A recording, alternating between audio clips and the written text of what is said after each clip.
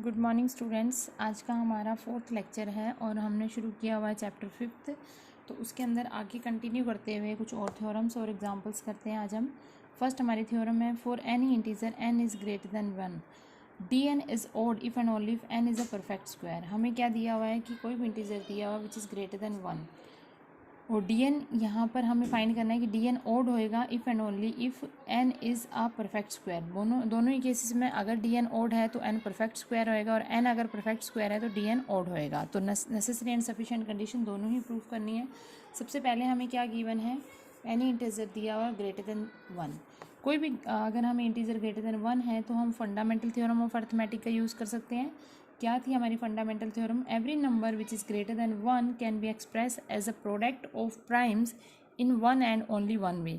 तो n is greater than 1 है तो इसको हम क्या कर सकते हैं, प्रोडक्ट ऑफ प्राइम्स की फॉर्म में लिख सकते हैं। तो n को हम लिख सकते हैं p1 p2 pk, ये सारे हम ले लेते हैं प्राइम नंबर्स। तो p1 की पावर k1 कोई भी प्राइम है, p2 की पावर k2 एंड pr की पावर kr। ठीक है, by the fundamental theorem of arithmetic if any number greater than 1 से then it can be express as a product of prime numbers. ठीक है, तो यहाँ पर जितने भी pi's हैं वो सारे क्या है हमारे पास में प्राइम नंबर है।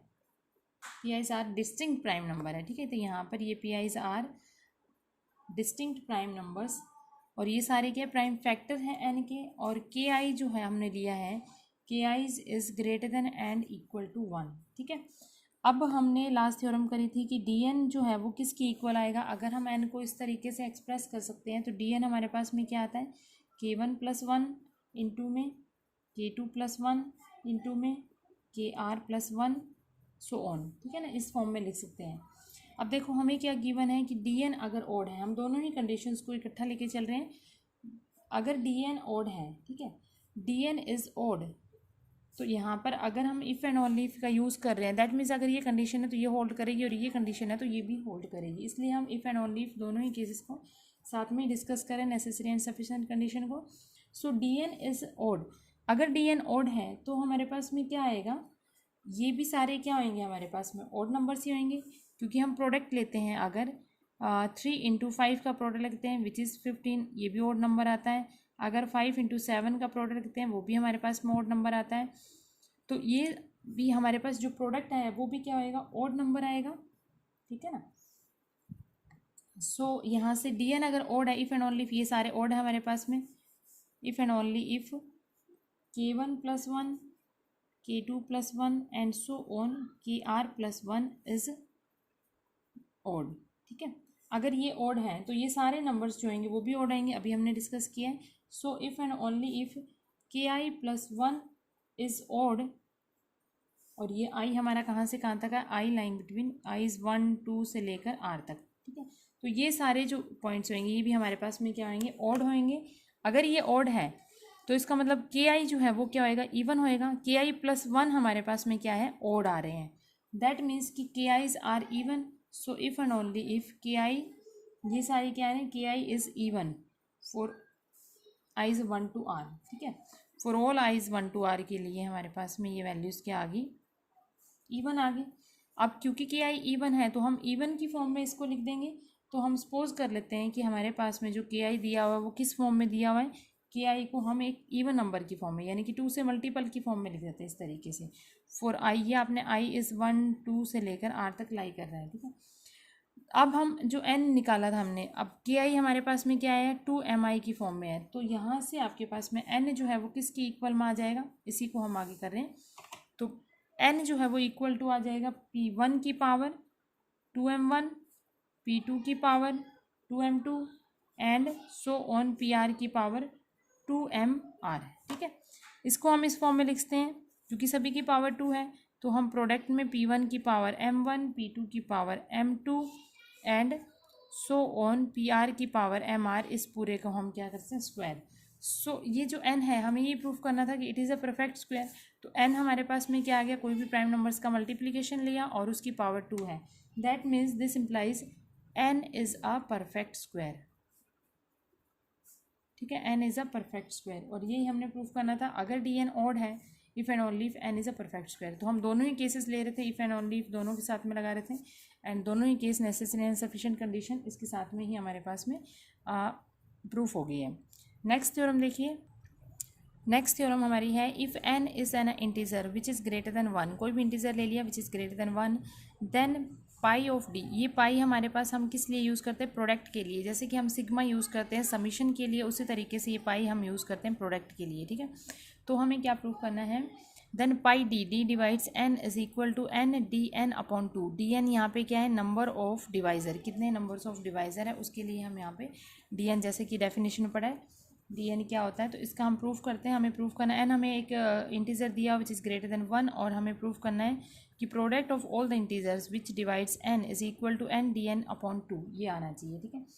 तो लेट कर लेते हैं हम कैपिटल पी, इसको हमने कैपिटल पी लेट कर लिया। So pi D divides N of d, ठीक है।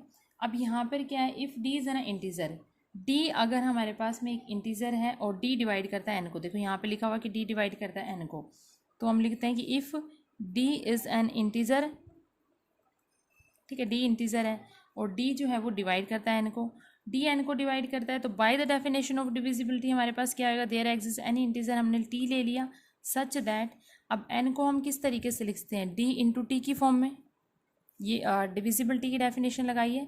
अगर कोई भी नंबर किसी नंबर को, किसी इंटीजर को डिवाइड करता है तो एक अनदर इंटीजर होएगा टी सच दैट एन को हम लिखते हैं डी इंटू टी की फॉर्म में।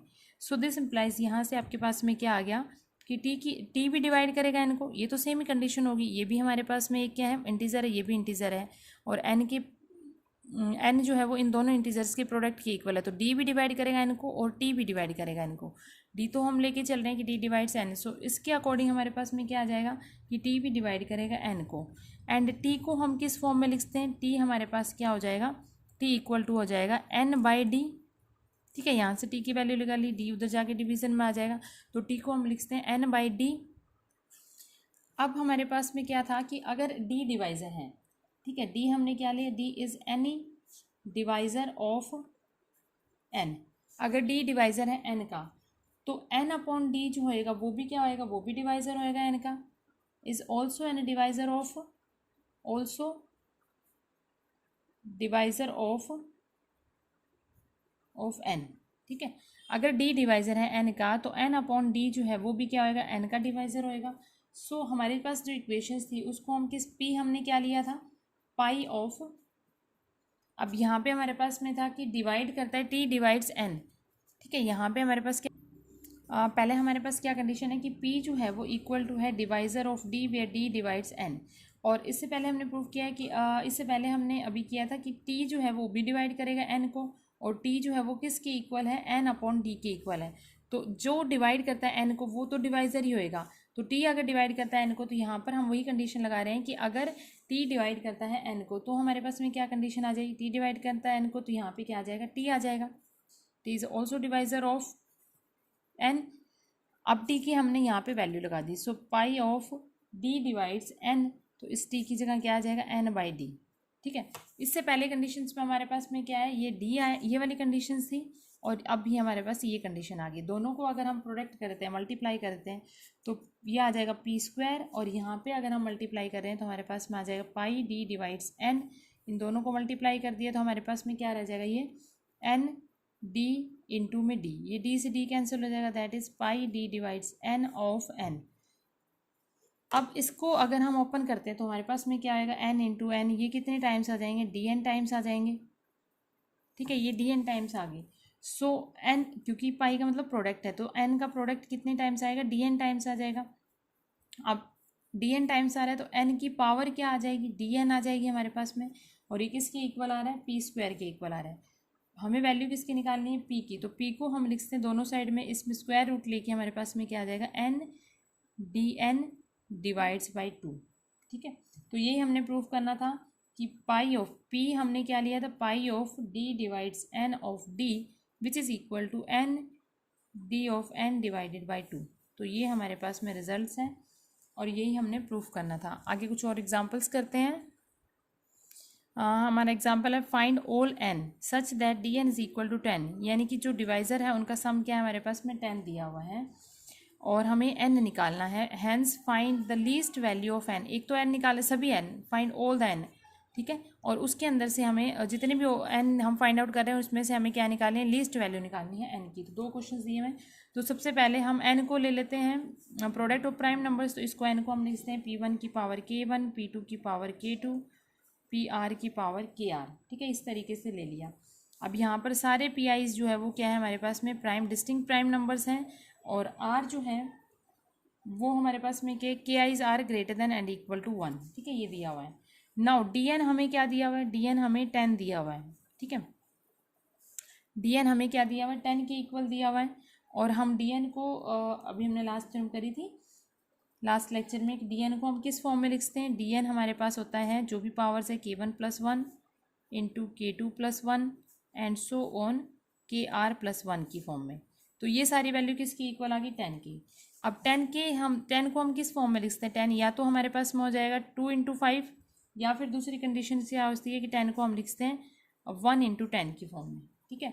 तो इन कंडीशंस के अकॉर्डिंग, इन दोनों कंडीशंस को देखते हुए हमारे पास में आर की वैल्यू या तो 2 आएगी या फिर आर की वैल्यू हमारे पास में क्या आएगी, 1 आएगी। इसी दो ही पॉसिबिलिटी है। अगर हम आर को 1 लेते हैं, ठीक है ना, फर्स्ट कंडीशन लेते हैं, अगर आर हमारे पास में 1 है तो इसके अकॉर्डिंग आपके पास में एक ही फैक्टर आएगा। तो ये क्या आ जाएगा, k1+1 इज इक्वल टू क्या आ जाएगा, 10। आर का मतलब है कि हमारे पास ये कितने फैक्टर्स आ रहे हैं, या तो हमारे पास मैक्सिमम 2 फैक्टर आएंगे या फिर हमारे पास सिंगल 1 ही फैक्टर आएगा। और जो 1 फैक्टर आएगा वो हमारे पास में क्या आ जाएगा, 10 के इक्वल ही आ जाएगा। तो यहाँ से इसको सॉल्व करते हुए के एन की वैल्यू क्या आ जाएगी, 9, ठीक है। इसी तरीके से अगर हम सेकेंड केस ले लेते हैं, अब ये पावर अगर हम यहाँ लगा रहे हैं तो एन को हम किस फॉर्म में लिख सकते हैं, p1 की पावर 9 की फॉर्म में, ठीक है ना। एक तो हमारे पास एन ये आ गया। दूसरा, अगर आर हमारे पास 2 के इक्वल है, ठीक है, आर अगर 2 के इक्वल है तो एक फैक्टर तो हमारे पास 2 आएगा और दूसरा फैक्टर क्या आएगा, 5 आएगा। यानी कि k1+1 को, और ये 2 इंटू 5 आएगा। तो k1+1 को अगर हम 2 ले रहे हैं तो k2+1 हमारे पास में क्या आएगा, 5 के इक्वल आ जाएगा, ठीक है। अब दोबारा से यहाँ से k1 की वैल्यू निकालते 1 आ जाएगी एंड k2 की वैल्यू हमारे पास में क्या आ जाएगी, 4 आ जाएगी। ये आ गया। अब आपके पास में अगर हम n को लिखते हैं इसी फॉर्म में तो हमारे पास में क्या आ जाएगा, p की पावर तो आ जाएगी 1 की पावर 4 आ जाएगी, 1 की पावर 1 आ जाएगी। तो p1 की पावर अगर हम 1 ले रहे हैं तो p2 की पावर हमारे पास में क्या आ गई, 4 आ गई, ठीक है। अब d ऑफ n हमें क्या दिया हुआ है, 10 दिया हुआ है। तो उसको हम किस, हमारे पास दो ही पॉसिबिलिटी आई है, या तो हम इसको लिखते हैं p की power 9 where p is any prime, और दूसरा अगर p और q अलग अलग ये डिस्टिंक्ट प्राइम लेके चले ना हम यहाँ, p i's are distinct prime numbers, ठीक है। तो फर्स्ट केस में तो dn जो है वो किसके इक्वल आ गया, 10 के, और वो हमारे पास क्या है, p की पावर 9। और सेकंड केस क्या कहता है, सेकंड केस में हमारे पास p अगर डिस्टिंक्ट प्राइम है तो p की पावर 1 एंड q की पावर 4 ले लेते हैं। p and q are the distinct prime numbers, ठीक है। अब इसके अकॉर्डिंग हम निकाल लेते हैं हमारे पास में जो वैल्यूज आई है वो क्या आई है। देखो n हमारे पास क्या आया था, dn हमने फाइंड आउट किया था, dn n जो है वो हमारे पास वैल्यू आई थी, एक तो p की power 9 when p is any prime, कोई भी प्राइम नंबर ले लेते हैं हम, ठीक है। और दूसरी आई थी p की पावर 1 एंड q की power 4 where p and q are distinct prime. ये हमने क्या लिया, डिस्टिंक्ट प्राइम नंबर लिया। नाउ अब सारे हम वैल्यूज निकाल लेते हैं। n एक तो सबसे पहला हम इसमें जो है वो प्राइम नंबर सबसे स्मॉलेस्ट प्राइम नंबर से शुरू करेंगे। तो n की वैल्यू हमारे पास क्या हो जाएगी, एक तो 2 की पावर 9 आ जाएगी, या 2 की पावर 1, और नेक्स्ट प्राइम नंबर क्या है 3 की पावर 4 आएगी, या फिर हमारे पास में आएगा 2 की पावर 4 ले लेते हैं हम q को, और p को हम 3 ले लेते हैं तो 3 की पावर 1। तो ये सिर्फ 3 ही पॉसिबिलिटीज़ हमारे पास बचती है। इसके अकॉर्डिंग हमारे पास में क्या वैल्यू आ जाएगी, 2 की पावर 9 हमारे पास में होता है 512, ठीक है। तो ये आ गया हमारे पास में 512, और इसकी वैल्यू हमारे पास में क्या आ जाएगी, 81 मल्टीप्लाई 2, तो ये आ जाएगी हमारे पास में 162, ठीक है। और ये आ जाएगी हमारे पास में वैल्यू 48। तो ये सारे जो है वो all values of n are this, ठीक है। अब सेकंड क्या था, लीस्ट वैल्यू निकालनी है। सो लीस्ट हमारे पास इसमें क्या है, ये वाली वैल्यू है। So least value of n is equal to 48, ठीक है। तो इस तरीके से क्वेश्चन करना है। आगे के जो एग्जांपल्स हैं आगे के एग्जांपल्स हम कल करेंगे। आगे के 2-3 एग्जांपल्स आप ट्राई करना, उसमें अगर किसी को किसी भी टाइप का डाउट है तो वो मुझे सेंड कर देना। अभी यहाँ तक आप एग्जांपल्स करके रखिए और एक्सरसाइज के इस टाइप के जो सम्स है वो भी करके देखिए। Thank you.